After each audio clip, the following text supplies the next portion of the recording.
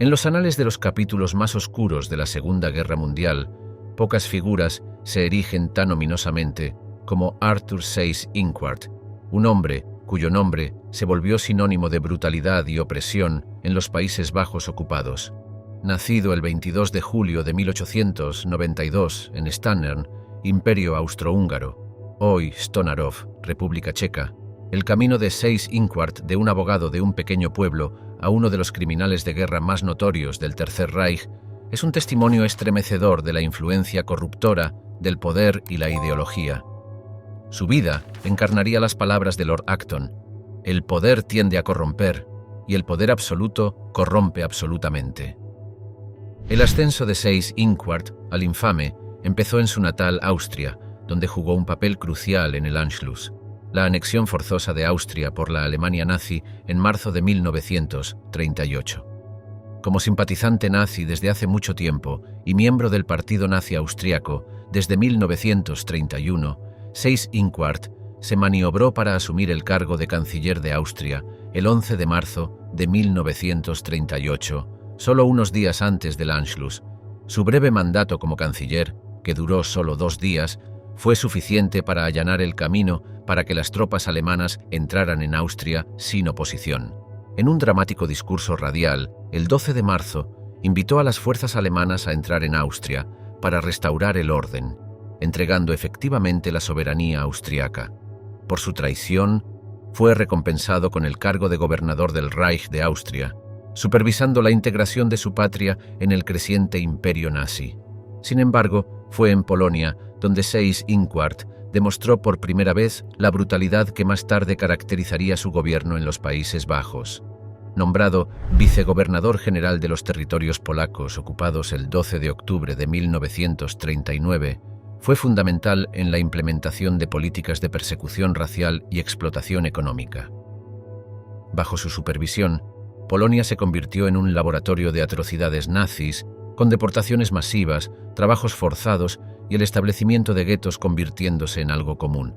En Cracovia, supervisó la creación del gueto judío en marzo de 1941, amontonando a 15.000 judíos en un área diseñada para 3.000. Sus políticas en Polonia sentaron las bases para los horrores que seguirían, con el historiador polaco Czesław Madajczyk escribiendo más tarde: las acciones de Seyss-Inquart en Polonia fueron un adelanto del terror que desataría en los Países Bajos. Sin embargo, fue su nombramiento como comisionado del Reich para los Países Bajos ocupados el 18 de mayo de 1940 lo que consolidaría el lugar de Seyss-Inquart en el panteón de criminales de guerra nazis. Desde su cuartel general en La Haya, alojado en el elegante palacio de Knoterdijk, gobernó los Países Bajos con mano de hierro, implementando una serie de medidas cada vez más draconianas destinadas a aplastar la resistencia holandesa y a explotar los recursos del país para la maquinaria de guerra alemana. Su llegada estuvo marcada por un escalofriante discurso en el Riddersaal el 29 de mayo de 1940, donde declaró: «No venimos aquí para oprimir a un pueblo y destruir su carácter», palabras que pronto se revelarían como una amarga ironía. Uno de los primeros actos de Seyss-Inquart fue disolver el Parlamento holandés y asumir el control directo de la administración del país. Luego se dedicó a desmantelar sistemáticamente la sociedad holandesa, prohibiendo los partidos políticos, censurando la prensa e imponiendo un racionamiento estricto. El 20 de julio de 1940, proscribió todos los partidos políticos excepto el Partido Nazi Holandés, liderado por Anton Mussert. La prensa libre fue silenciada, con periódicos como The Telegraph obligados a seguir la línea nazi o enfrentarse al cierre. Pero fue su trato a la población judía de los Países Bajos lo que le valió el apodo de «verdugo de los Países Bajos». Bajo el gobierno de Seyss-Inquart, la persecución de los judíos holandeses se intensificó rápidamente. El 22 de febrero de 1941 tuvo lugar la primera razzia, redada, en Ámsterdam, con 427 jóvenes judíos arrestados y deportados a campos de concentración. Esto marcó el comienzo de una campaña de terror que llevaría a más de 100.000 judíos holandeses, más del 70% de la población judía antes de la guerra, a ser deportados a los campos de exterminio nazis. La brutalidad de estas acciones provocó la huelga de febrero, una rara instancia de protesta pública masiva contra el trato a los judíos en la Europa ocupada por los nazis. Uno de los incidentes más notorios ocurrió el 26 de mayo de 1942, cuando Seyss-Inquart emitió un decreto que requería que todos los judíos llevaran una estrella amarilla.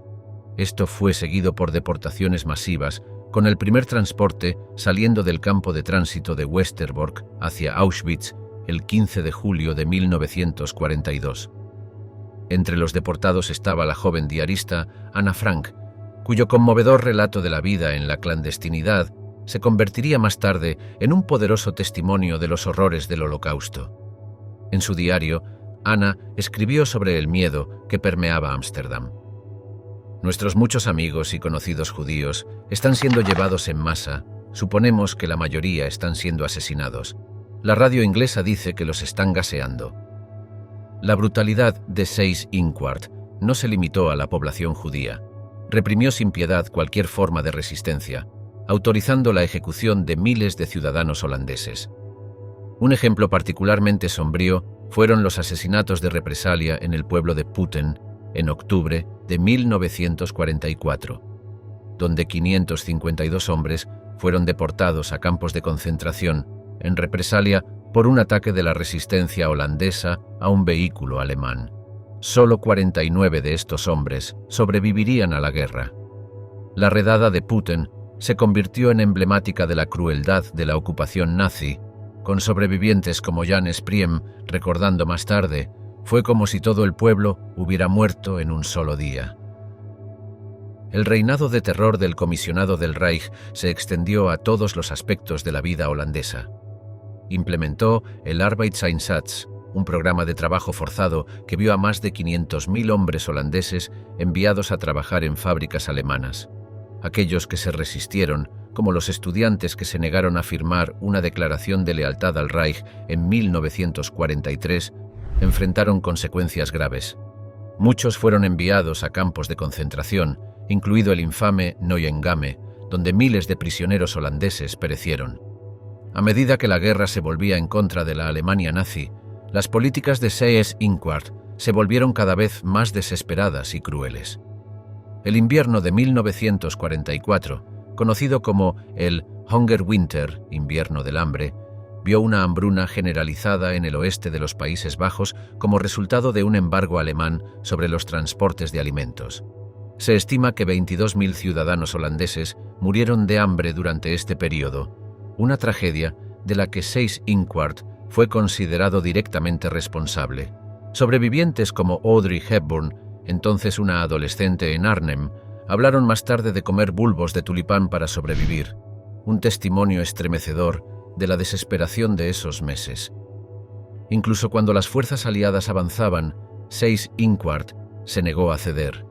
En abril de 1945, emitió órdenes de inundar grandes partes de los Países Bajos destruyendo diques, un acto de despecho que habría causado una devastación generalizada de haberse llevado a cabo por completo.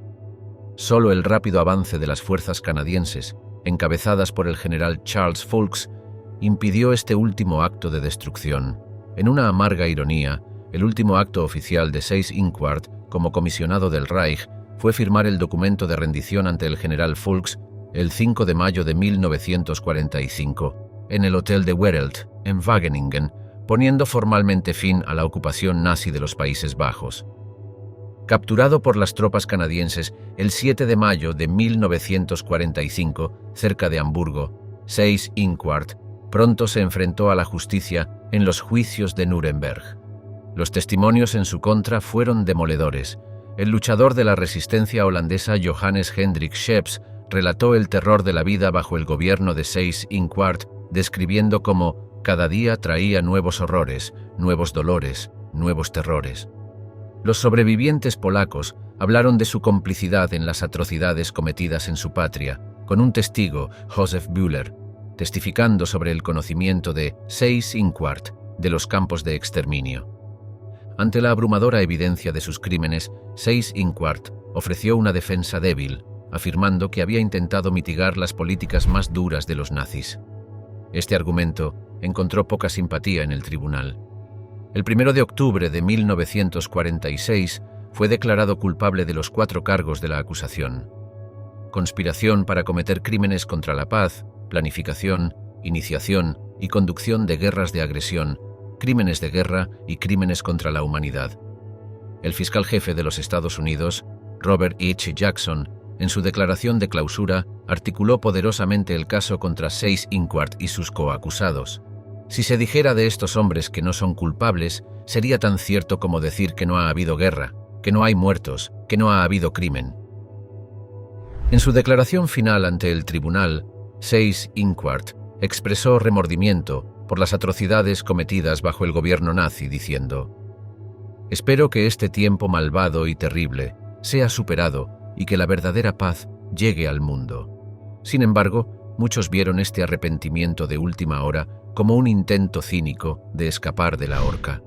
El periodista holandés Louis de Jong, quien cubrió el juicio, escribió: «Sus palabras resonaron vacías en los oídos de aquellos que habían sufrido bajo su gobierno».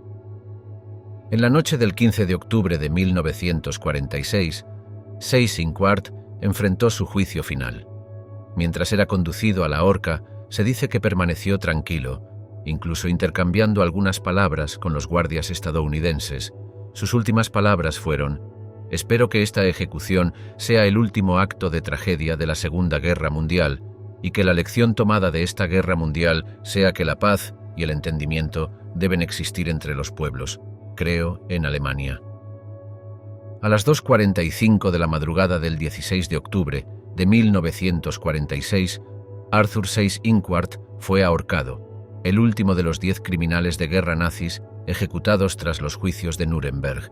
Su muerte fue recibida con un sentido de satisfacción sombría en los Países Bajos, donde las heridas de su brutal ocupación aún estaban frescas. Sin embargo, para muchas de sus víctimas, ningún castigo podría realmente expiar el sufrimiento que había infligido.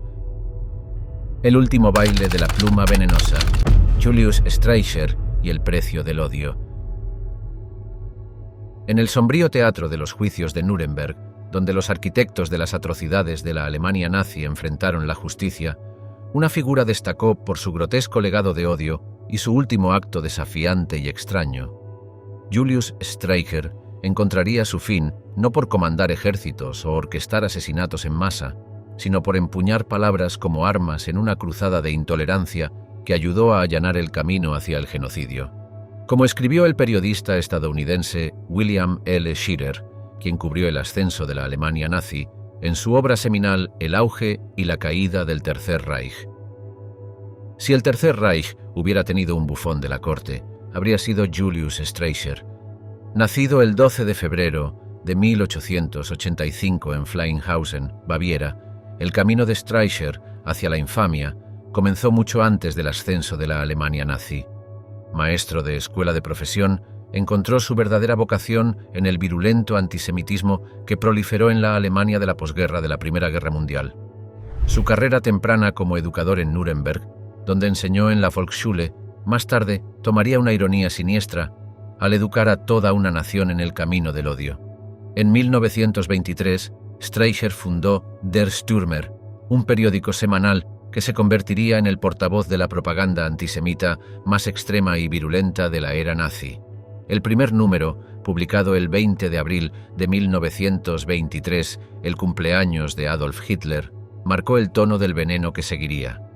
Der Stürmer, con sus ilustraciones sensacionalistas y titulares impactantes, fue una clase magistral en el arte de la deshumanización. Sus páginas estaban llenas de caricaturas grotescas de judíos, retratándolos como parásitos infrahumanos empeñados en la dominación mundial y la corrupción de la pureza aria. El lema del periódico, tomado del historiador Heinrich von Treitschke, era un llamado al odio que resonaba en la sociedad alemana. La influencia de Streicher creció a medida que el partido nazi ascendía al poder. Para 1933, Der Stürmer tenía una circulación de aproximadamente 25.000 ejemplares. Para 1935, tras las leyes de Nuremberg que institucionalizaron el antisemitismo en Alemania, su audiencia se había incrementado a 2 millones. La retórica venenosa de Streicher encontró una audiencia ansiosa, con vitrinas especiales para el periódico erigidas en plazas de pueblos en toda Alemania. Estas, Stürmerkästen, se convirtieron en puntos focales del antisemitismo público, con multitudes, a menudo congregándose para leer los últimos números. Solo en Múnich había 50 de estas vitrinas en 1927. Una de las contribuciones más insidiosas de Streicher a la propaganda nazi fue un libro infantil titulado Der Giftpilz, el hongo venenoso, publicado en 1938. El libro enseñaba a los niños a ver a los judíos como criaturas peligrosas e infrahumanas, similares a hongos venenosos en un bosque. Fue un ejemplo escalofriante de cuán profundamente se estaban plantando las raíces del odio en la sociedad alemana. El ilustrador del libro, Philipp Ruprecht, conocido con el seudónimo de Phipps, más tarde sería sentenciado a 10 años de prisión por su papel en la creación de estas imágenes odiosas. A medida que los crímenes del régimen nazi se intensificaban, la propaganda de Streicher proporcionaba una justificación retorcida para el Holocausto en desarrollo. En un artículo de 1939 escribió: «Debe venir una expedición punitiva contra los judíos en Rusia. Una expedición punitiva que les proporcione el mismo destino que todo asesino y criminal debe esperar. Sentencia de muerte y ejecución. Los judíos en Rusia deben ser asesinados, deben ser exterminados de raíz». Este llamado al genocidio no fue un incidente aislado. En un número del 1 de mayo de 1939, Streicher proclamó: «Los judíos quieren destruir a todos los alemanes, quieren contaminar nuestra sangre. Hay dos maneras de lidiar con esta amenaza: o los destruimos o ellos nos destruirán». Cuando llegó el momento de la rendición de cuentas en Nuremberg, Streicher se encontró en una posición única entre los acusados. A diferencia de muchos de sus coacusados, no había ocupado un cargo gubernamental o militar significativo durante la guerra. Su crimen no fue de acción directa, sino de incitación, de envenenar mentes y avivar las llamas del odio que alimentaron la máquina de matar nazi. Este hecho no pasó desapercibido entre sus compañeros acusados. Albert Speer, arquitecto de Hitler y ministro de Armamento, escribió en su diario durante el juicio: «Streicher es el más repulsivo de todos los acusados, un envenenador de jóvenes mentes». El juicio de Julius Streicher planteó profundas preguntas sobre la naturaleza de la complicidad en las atrocidades masivas. ¿Pueden las palabras por sí solas constituir un crimen de guerra? La Fiscalía argumentó que la campaña implacable de propaganda antisemita de Streicher había sido fundamental para crear las condiciones que hicieron posible el Holocausto. El fiscal estadounidense, el coronel Robert G. Story, declaró: «La incitación de Streicher al asesinato y exterminio en el momento en que los judíos en el este estaban siendo asesinados en las condiciones más horribles constituye claramente persecución por motivos políticos y raciales en conexión con crímenes de guerra, tal como los define la Carta, y constituye un crimen contra la humanidad». Este argumento se vio reforzado por evidencia del conocimiento directo de Streicher sobre los campos de exterminio. El comportamiento de Streicher durante el juicio fue tan escandaloso como sus publicaciones lo habían sido. Interrumpió las audiencias con explosiones de retórica antisemita, hizo saludos nazis y trató de convertir la sala del tribunal en una plataforma para su ideología de odio. En un momento gritó a los jueces: «El Talmud dice que si un judío se relaciona con una mujer gentil, ella debe ser asesinada. Los judíos son la raza superior». Sus payasadas llevaron a que fuera expulsado temporalmente de la sala en varias ocasiones. El 17 de diciembre de 1945, después de una diatriba particularmente venenosa, el juez presidente Jeffrey Lawrence ordenó a Streicher que guardara silencio, afirmando: «El tribunal no escuchará ni una palabra más de usted en estos procedimientos. Usted guardará silencio». A pesar de sus payasadas, o quizás debido a ellas, la culpabilidad de Streicher se hizo cada vez más evidente a medida que avanzaba el juicio. Los testimonios de sus víctimas y ejemplos de sus escritos pintaron un retrato condenatorio de un hombre cuya obra de vida había sido la demonización de un pueblo entero. Un momento particularmente conmovedor llegó cuando un sobreviviente judío, Konrad Morgen, testificó sobre el impacto de la propaganda de Streicher en su comunidad en Frankfurt. Morgan declaró: «Las palabras de Streicher eran como una sentencia de muerte para nosotros. Después de cada nuevo número de Der Stürmer, podíamos sentir que el odio crecía a nuestro alrededor».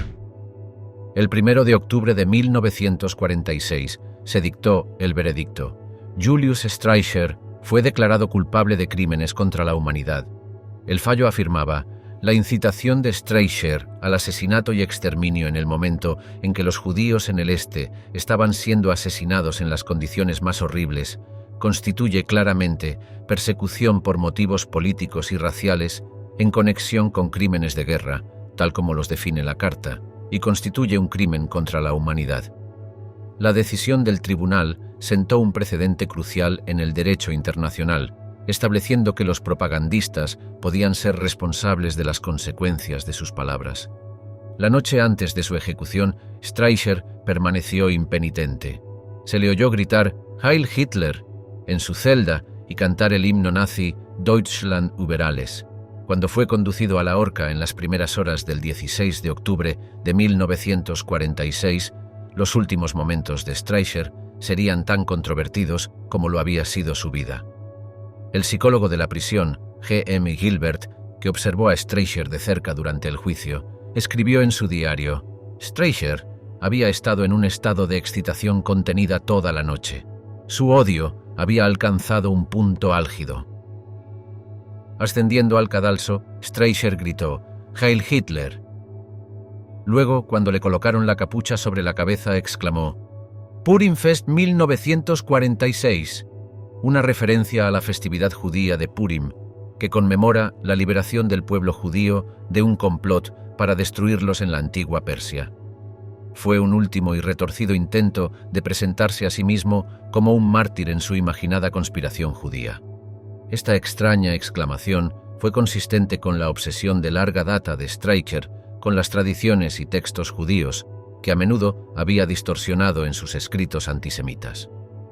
Cuando se abrió la trampilla, las últimas palabras de Streicher fueron: «Los bolcheviques los colgarán a ustedes un día». La ejecución fue mal realizada, con Streicher luchando durante varios minutos antes de finalmente morir. El oficial del ejército estadounidense, Henry Gericke, que presenció la ejecución, escribió más tarde: «Streicher cayó luchando todo el tiempo». Este final espantoso parecía un epílogo adecuado para una vida dedicada a promover el sufrimiento y el odio. La última risa del segundo al mando del diablo, el último acto de desafío de Hermann Göring. En las últimas horas del 15 de octubre de 1946, mientras el mundo contenía la respiración ante la culminación de los juicios de Nuremberg, un giro impactante se desarrolló dentro de los muros de la prisión de Nuremberg. Hermann Göring, quien fuera el segundo hombre más poderoso de la Alemania nazi, burló la horca con un último acto de rebeldía que arrojaría una sombra sobre los procedimientos para siempre. Este dramático final fue un epílogo adecuado para la vida de un hombre que una vez proclamó: «Yo soy el único que sabe lo que quiero». El viaje de Göring hacia este momento fatal fue un descenso desde las alturas del poder hasta las profundidades de la infamia. Nacido en una familia privilegiada, el 12 de enero de 1893 en Rosenheim, Baviera, se elevó para convertirse en la mano derecha de Hitler, el creador y comandante de la temible Luftwaffe y el arquitecto de muchas de las políticas más atroces del Tercer Reich. Su caída en desgracia fue tan espectacular como su ascenso, culminando en su captura por las fuerzas estadounidenses el 7 de mayo de 1945 en Baviera. Cuando se rindió al general de brigada Robert Stack del Séptimo Ejército de los Estados Unidos, Göring supuestamente dijo: «Estoy contento de que seas tú quien me lleve bajo custodia. Ya no soy el jefe de la Luftwaffe, solo soy un hombre pobre». Cuando los juicios de Nuremberg comenzaron el 20 de noviembre de 1945, Göring emergió como el acusado más prominente entre los 22 líderes nazis en el banquillo. Su actuación en la sala del tribunal fue una extraña mezcla de desafío, encanto y astucia que a menudo dejaba desconcertados a los fiscales. El jefe de la fiscalía estadounidense, Robert H. Jackson, se sintió particularmente frustrado por la habilidad de Göring para esquivar preguntas y manipular los procedimientos. En un intercambio memorable, Göring comentó: «El vencedor siempre será el juez y el vencido el acusado». Esta observación sardónica encapsulaba la visión de Göring de los juicios como una simple justicia de los vencedores. A lo largo del juicio, Göring mantuvo su personalidad de gran magnitud. Había perdido una cantidad significativa de peso durante su encarcelamiento, despojándose de su figura previamente robusta junto con casi 70 libras. Esta transformación física parecía agudizar su ingenio y a menudo dominaba la sala del tribunal con sus respuestas verbosas y humor sarcástico. En una ocasión, cuando se le preguntó sobre su papel en el incendio del Reichstag de 1933, Göring replicó: «El único que realmente sabe sobre el Reichstag soy yo, porque yo lo incendié». Una declaración que más tarde afirmó era sarcástica. El coacusado Albert Speer escribió más tarde: «La brillante defensa de Göring y su desarmante franqueza sobre su propio papel momentáneamente oscurecieron el hecho de que este era el hombre más responsable, después de Hitler, de la miseria en la que ahora se encontraba Alemania». Sin embargo, a medida que avanzaba el juicio, el peso de las pruebas contra Göring se volvió abrumador. Se reveló su papel en el saqueo de territorios ocupados, el asesinato de aviadores aliados capturados y la implementación de la solución final. La Fiscalía presentó documentos condenatorios, incluida la infame Orden de Göring, del 31 de julio de 1941, que instruía a Reinhard Heydrich a preparar un plan para la solución final de la cuestión judía. El 1 de octubre de 1946 se emitió el veredicto. Göring fue declarado culpable de los 4 cargos de la acusación: conspiración para hacer la guerra, crímenes contra la paz, crímenes de guerra y crímenes contra la humanidad. Fue sentenciado a muerte por ahorcamiento, junto con 11 de sus coacusados. En los días posteriores al veredicto, la actitud de Göring cambió. Solicitó una ejecución militar por fusilamiento, argumentando que, como soldado, merecía una muerte de soldado. En una carta al Consejo de Control Aliado, escribió: «Solicito que se me permita morir como un soldado y que se me fusile». Cuando esto fue negado, pareció aceptar su destino con una resignación sombría, o al menos eso aparentaba. Detrás de esta fachada, Göring estaba planeando su último acto de desafío. En la noche del 15 de octubre, solo unas horas antes de su ejecución programada, Göring llevó a cabo su último acto audaz. De alguna manera, había obtenido una cápsula de cianuro y la ingirió en su celda, muriendo a las 10:45 de la noche. El descubrimiento de su cuerpo envió ondas de choque a través de la prisión y más allá. El coronel B.C. Andrews, el comandante de la prisión de Nuremberg, encontró el cuerpo de Göring y recordó más tarde: «Su rostro estaba congestionado de sangre y su mentón estaba horriblemente descolorido». ¿Cómo había logrado el prisionero más vigilado del mundo engañar a la justicia en el último momento? El misterio de la cápsula fatal de Göring nunca se ha resuelto por completo. Abundan las teorías, desde un guardia estadounidense simpático que le proporcionó el veneno hasta la posibilidad de que Göring lo hubiera mantenido escondido en un diente hueco o en una cavidad del cuerpo durante todo su encarcelamiento. Algunos incluso especularon que su esposa, Emmy, le había pasado la cápsula durante su última visita el 28 de septiembre, posiblemente oculta en un frasco de crema facial. En sus memorias, Emmy Göring escribió: «No tenía idea de que él tenía veneno. Si lo hubiera sabido, me habría lanzado sobre él y le habría suplicado que no tomara su vida». El teniente Jack G. Willis, un guardia estadounidense que había desarrollado una relación amistosa con Göring, estuvo bajo un escrutinio particular. Willis había sido visto entrando en la celda de Göring el día de su muerte, y Göring le había regalado su reloj de oro y su pitillera. Aunque Willis siempre negó cualquier implicación, las sospechas persistieron. Años más tarde, Herbert Lee Stivers, un exsoldado estadounidense en servicio en Nuremberg, afirmó que había introducido inadvertidamente el cianuro a Göring oculto en una pluma fuente. Sin embargo, esta afirmación ha sido cuestionada por los historiadores. El impacto de la muerte de Göring en el legado de Nuremberg fue profundo. Para algunos, fue visto como un último acto de desafío, una manera de Göring de mantener el control sobre su propio destino y negar a los aliados su medida completa de justicia. Otros lo consideraron un fracaso de seguridad humillante que empañó los procedimientos meticulosos. El juez Robert H. Jackson, el principal fiscal estadounidense, lamentó: «Siempre quise que Göring fuera ahorcado. La horca lo habría desacreditado, pero su muerte no lo hizo». Telford Taylor, quien más tarde se convertiría en el principal abogado de la acusación en los juicios de Nuremberg posteriores, escribió más tarde: «La muerte de Göring fue un evento profundamente inquietante. Negó a la ley su conclusión adecuada y le permitió escapar del deshonor de la horca». Este sentimiento fue compartido por muchos que sintieron que Göring, en sus últimos momentos, había socavado la solemnidad y el propósito de los juicios.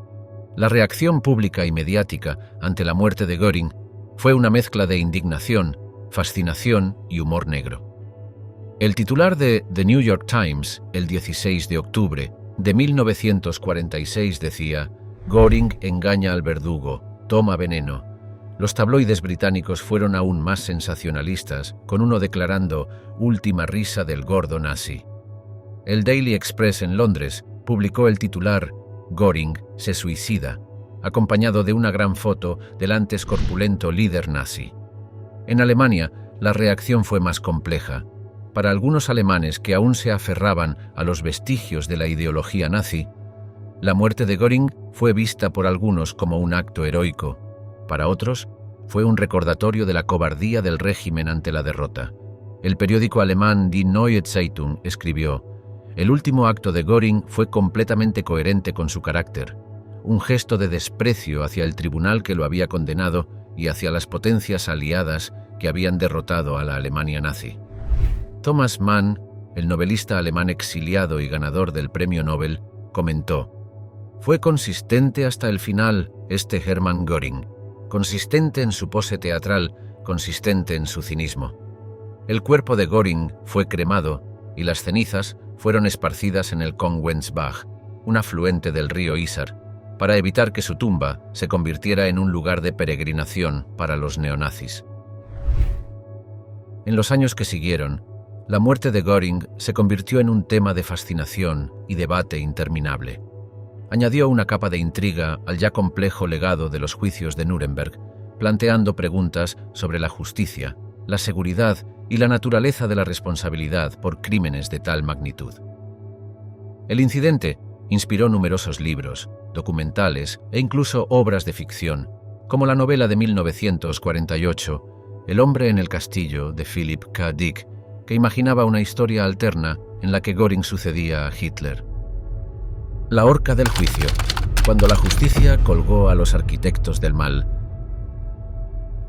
En las primeras horas del 16 de octubre de 1946, un espectáculo sombrío y escalofriante se desarrolló en el gimnasio de la prisión de Nuremberg. El mundo contuvo la respiración mientras la culminación del juicio más significativo del siglo XX se acercaba a su trágico final. Los juicios de Nuremberg, que habían comenzado el 20 de noviembre de 1945, estaban a punto de dictar su veredicto final sobre los líderes sobrevivientes de la Alemania nazi. Cuando el reloj marcó la medianoche, el capellán luterano de la prisión, Henry Gerecke, hizo sus rondas finales, ofreciendo consuelo espiritual a hombres que una vez habían comandado ejércitos y naciones, pero que ahora enfrentaban sus últimos momentos en la tierra. Los juicios en sí fueron sin precedentes en alcance y ambición. Por primera vez en la historia, un tribunal internacional buscó responsabilizar a individuos por crímenes contra la paz, crímenes de guerra y el concepto recién definido de crímenes contra la humanidad. El escenario se preparó en el Palacio de Justicia en Nuremberg, una ciudad elegida tanto por su valor simbólico como capital espiritual de los mítines nazis, como por su tribunal en gran parte intacto. La selección de Nuremberg no estuvo exenta de ironía. Fue aquí donde se habían proclamado las infames leyes de Nuremberg de 1935, despojando a los judíos de su ciudadanía y prohibiendo su matrimonio con no judíos. Ahora, los mismos hombres que habían redactado esas leyes enfrentarían el juicio en la misma ciudad. Al amanecer de ese fatídico día de octubre, 10 hombres estaban al borde de la eternidad, sus destinos sellados por el peso de sus acciones durante el capítulo más oscuro de la historia moderna. No eran simples soldados de a pie ni burócratas menores, sino los mismos arquitectos de la maquinaria de muerte y destrucción del Tercer Reich. La ausencia de Adolf Hitler, Heinrich Himmler y Joseph Goebbels, quienes se habían quitado la vida en los últimos días de la guerra, solo aumentó la importancia simbólica de estas ejecuciones. Entre ellos estaba Joachim von Ribbentrop, el ministro de Asuntos Exteriores de Hitler, de lengua plateada, cuyas maquinaciones diplomáticas habían allanado el camino para la agresión alemana en toda Europa.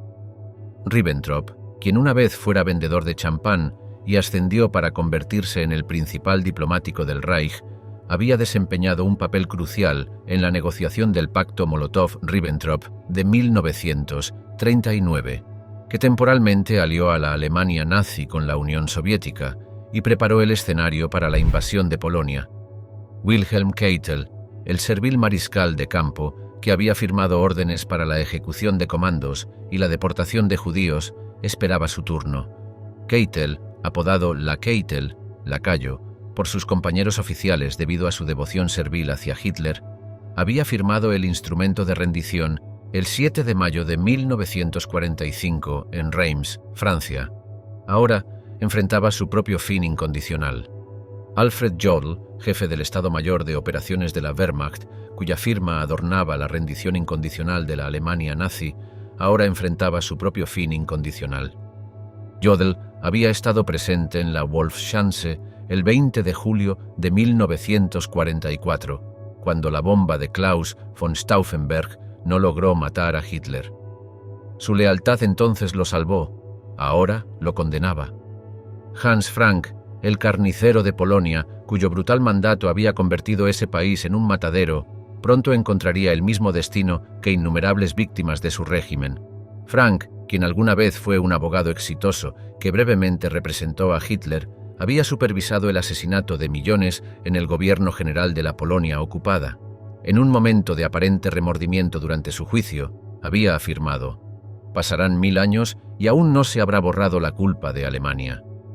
Ernst Kaltenbrunner, el imponente jefe de la Oficina Central de Seguridad del Reich, tenía la responsabilidad de las operaciones de la Gestapo y la implementación de la solución final.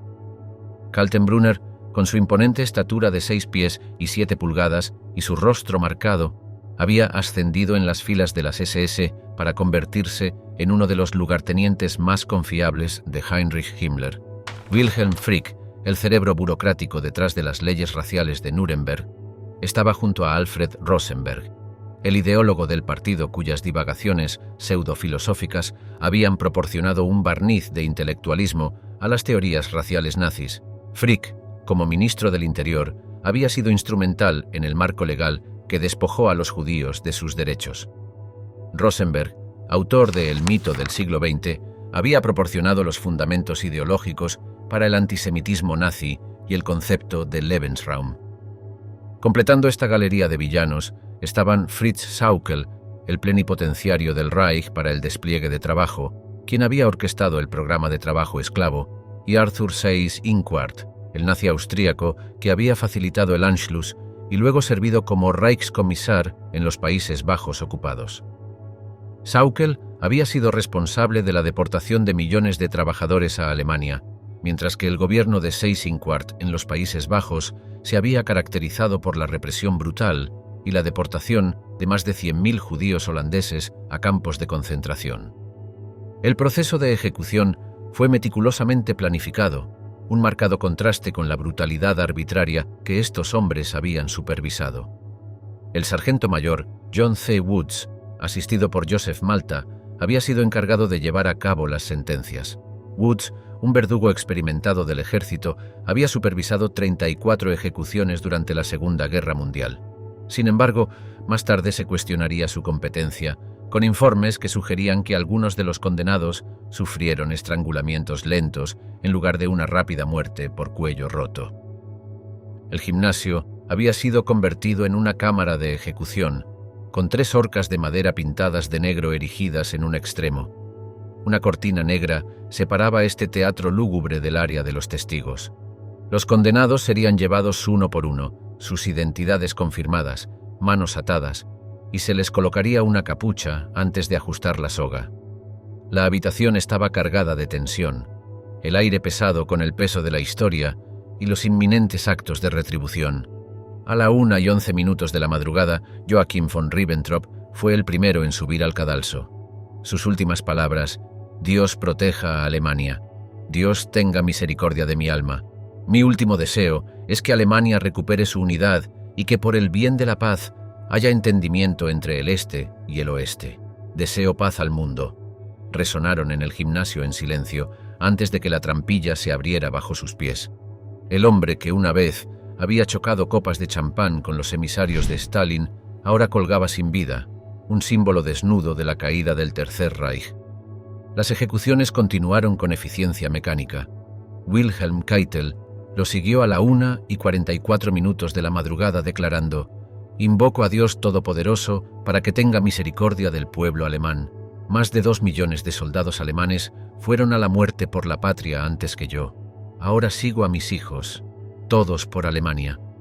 Las últimas palabras de Keitel reflejaban la devoción militarista que había definido su carrera y que finalmente lo llevó a su caída. Las ejecuciones continuaron durante la noche, con Alfred Jodl siendo el último en enfrentarse a la horca a las 2:34 de la madrugada. En menos de 2 horas, 10 de los hombres más poderosos del Tercer Reich se habían reducido a cuerpos sin vida, colgando de sogas. La naturaleza rápida y clínica de las ejecuciones contrastaba marcadamente con los años de sufrimiento y muerte que estos hombres habían infligido a millones. La naturaleza controvertida de estas ejecuciones no pasó desapercibida para los observadores. Algunos las vieron como la máxima expresión de justicia, un final adecuado para hombres que habían orquestado horrores inimaginables. Otros, sin embargo, las vieron como poco más que justicia de los vencedores, un sentimiento reflejado en la nota de despedida de Hermann Göring. Los aliados nos han mantenido durante 1 año y un cuarto bajo acusación y observación, nos han robado nuestro honor y nos han tratado como si fuéramos los más bajos de los bajos.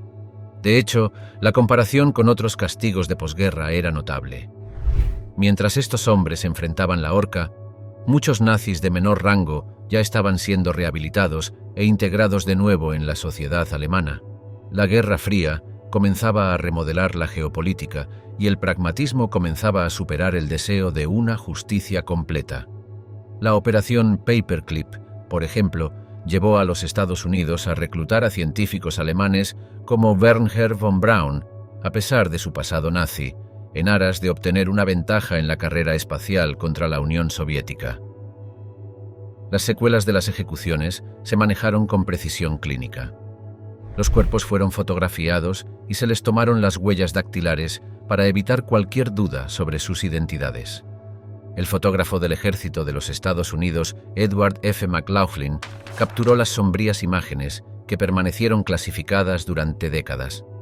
Luego, en un acto final diseñado para negarles a estos hombres cualquier culto póstumo de personalidad, sus restos fueron cremados en el Ostfriedhof, el cementerio del este de Múnich. El 17 de octubre de 1946, las cenizas de estos líderes nazis que alguna vez fueron poderosos se esparcieron en el Kongensbach, un afluente del río Isar. Este final indigno era muy diferente del esplendor y la circunstancia que estos hombres alguna vez comandaron, un recordatorio contundente de la naturaleza efímera del poder tiránico.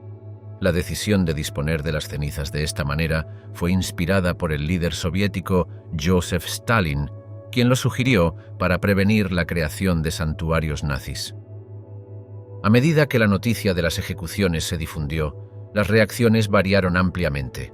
Para muchos, representó un cierre, un fin simbólico al horror del régimen nazi. Para otros, particularmente en Alemania, fue un momento de emociones complejas, vergüenza, alivio y un deseo de avanzar. El periódico alemán Die Neue Zeitung informó sobre las ejecuciones bajo el titular «Líderes nazis colgados», con un tono objetivo que reflejaba los sentimientos encontrados de la nación. La banalidad del mal, el juicio final de Adolf Eichmann. En los anales de la historia humana, pocos nombres evocan el mismo nivel de repulsión y horror como Adolf Eichmann, el hombre conocido como el arquitecto del Holocausto. El viaje de Eichmann de ser un burócrata aparentemente ordinario a uno de los criminales de guerra más notorios del siglo XX es un testimonio escalofriante de las profundidades de la depravación humana y los peligros de la obediencia ciega. Como observó la filósofa Hannah Arendt de manera célebre, la triste verdad es que la mayor parte del mal es hecha por personas que nunca deciden ser buenas o malas. Nacido el 19 de marzo de 1906 en Solingen, Alemania, la vida temprana de Eichmann no indicaba el papel monstruoso que desempeñaría en la historia mundial. Luchó académica y profesionalmente, trabajando como vendedor ambulante para una compañía petrolera antes de encontrar su vocación en el partido nazi. Fue el 1 de abril de 1932 cuando se unió al partido, poniendo en marcha una serie de eventos que lo llevarían a desempeñar un papel central en uno de los capítulos más oscuros de la humanidad. Su rápido ascenso en las filas de las SS Schutzstaffel fue un testimonio de sus habilidades organizativas y fervor ideológico. Como jefe del Departamento de Asuntos Judíos de la Oficina Central de Seguridad del Reich, Eichmann se convirtió en el cerebro logístico detrás de la solución final, el plan nazi para la exterminación sistemática de los judíos europeos. Su papel se cristalizó en la infame conferencia de Wannsee el 20 de enero de 1942, donde tomó notas mientras altos funcionarios nazis discutían la implementación del Holocausto. La conferencia, celebrada en una pintoresca villa a orillas del lago Wannsee de Berlín, duró solo 90 minutos, pero selló el destino de millones. Con fría eficiencia, Eichmann coordinó el transporte de millones hacia la muerte. Su planificación meticulosa aseguraba que los trenes llegaran a tiempo, entregando su carga humana a las cámaras de gas de Auschwitz, Treblinka y otros campos de exterminio. En una demostración escalofriante de su dedicación a esta tarea sombría, Eichmann una vez declaró: «Saltaré a mi tumba riendo porque el sentimiento de tener 5 millones de seres humanos en mi conciencia es para mí una fuente de satisfacción extraordinaria». Esta declaración, hecha a sus subordinados en 1945, revela la profundidad de su compromiso con la causa nazi. La eficiencia de Eichmann era tal que incluso continuó organizando deportaciones de judíos a los campos en los últimos días de la guerra, mucho después de que Heinrich Himmler ordenara un alto a las matanzas. En mayo de 1944, por ejemplo, Eichmann supervisó personalmente la deportación de más de 400.000 judíos húngaros a Auschwitz en solo 8 semanas. Esta operación fue tan rápida y exhaustiva que sorprendió incluso a los endurecidos oficiales de las SS. A medida que la guerra se volvía contra la Alemania nazi, Eichmann, como muchos de sus compatriotas, intentó huir de la justicia. Escapó a Argentina en 1950, viviendo bajo el alias de Ricardo Clement. Durante una década, eludió la captura, trabajando en una fábrica de Mercedes-Benz y llevando una vida modesta en el suburbio de San Fernando, en Buenos Aires. Pero el largo brazo de la justicia se extendía, impulsado por los incansables esfuerzos de cazadores de nazis como Simon Wiesenthal y la determinación del joven Estado de Israel. En una operación audaz que se lee como un thriller de espías, el Mossad de Israel rastreó a Eichmann en Buenos Aires. El avance decisivo llegó cuando Lothar Hermann, un inmigrante alemán medio judío en Argentina, se volvió sospechoso del nuevo novio de su hija, Klaus Eichmann, quien alardeaba sobre el pasado nazi de su padre. Hermann transmitió esta información a Fritz Bauer, un fiscal alemán, quien a su vez alertó a las autoridades israelíes.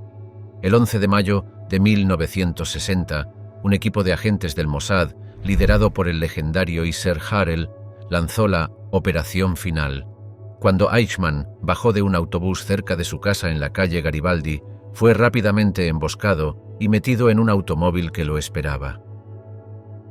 El equipo lo mantuvo en una casa segura durante 9 días, sometiéndolo a un intenso interrogatorio para confirmar su identidad. En un momento de alto dramatismo, cuando se le pidió que escribiera su número de identificación nazi, Eichmann supuestamente cumplió escribiendo SS Obersturmbannführer 45326, sellando su destino. Sacado de contrabando de Argentina disfrazado como miembro de la tripulación de El Al, Eichmann llegó a Israel el 22 de mayo de 1960.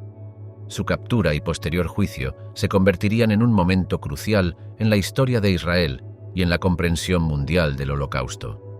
La operación no estuvo exenta de controversia, ya que Argentina protestó por la violación de su soberanía, lo que llevó a una crisis en el Consejo de Seguridad de la ONU, que solo se resolvió cuando Israel y Argentina emitieron una declaración conjunta. El juicio de Adolf Eichmann comenzó el 11 de abril de 1961 en el Beit Ha'am de Jerusalén, un lugar elegido por su tamaño para acomodar el intenso interés público.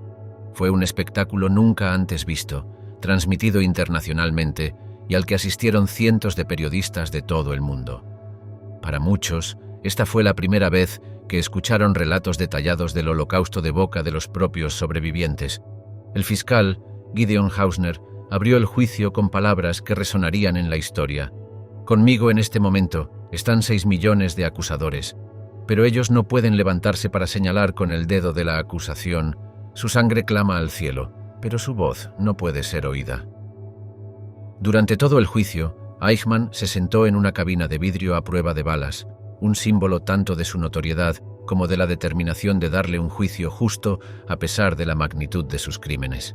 Su comportamiento era inquietantemente tranquilo, casi burocrático, mientras escuchaba los testimonios horribles de los sobrevivientes del Holocausto.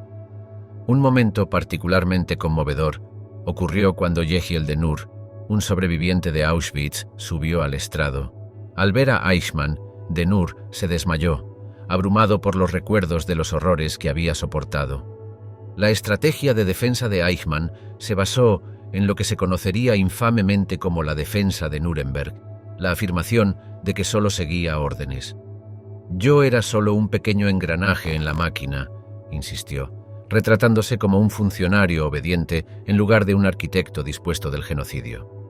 Esta defensa fue desmantelada sistemáticamente por la Fiscalía, que presentó pruebas del celo de Eichmann al llevar a cabo sus tareas asesinas, a menudo yendo más allá de sus órdenes en su eficiencia. Hausner replicó célebremente: «El propio diablo no lo habría hecho mejor». La filósofa Hannah Arendt, cubriendo el juicio para The New Yorker, acuñó la frase «la banalidad del mal» para describir a Eichmann. Argumentó que los grandes males en la historia no fueron ejecutados por fanáticos o sociópatas, sino por personas comunes que aceptaron los postulados de su estado y, por lo tanto, participaron en el mal con la visión de que sus acciones eran normales. Este concepto, aunque controvertido, ha influido profundamente en nuestra comprensión de cómo individuos ordinarios pueden volverse cómplices de crímenes extraordinarios. El 15 de diciembre de 1961, el tribunal declaró a Eichmann culpable de todos los cargos. Fue sentenciado a muerte, la única ejecución civil llevada a cabo en Israel. En las primeras horas del 1 de junio de 1962, Eichmann fue conducido a la horca en la prisión de Ramla. Sus últimas palabras se reportaron como «Viva Alemania, viva Argentina, viva Austria. Estos son los 3 países con los que más me he relacionado y que no olvidaré. Saludo a mi esposa, a mi familia y a mis amigos. Estoy listo. Nos volveremos a encontrar pronto. Como es el destino de todos los hombres, muero creyendo en Dios». En un acto final, para evitar cualquier glorificación póstuma, las autoridades israelíes cremaron el cuerpo de Eichmann y esparcieron sus cenizas en el mar Mediterráneo, más allá de las aguas territoriales de Israel.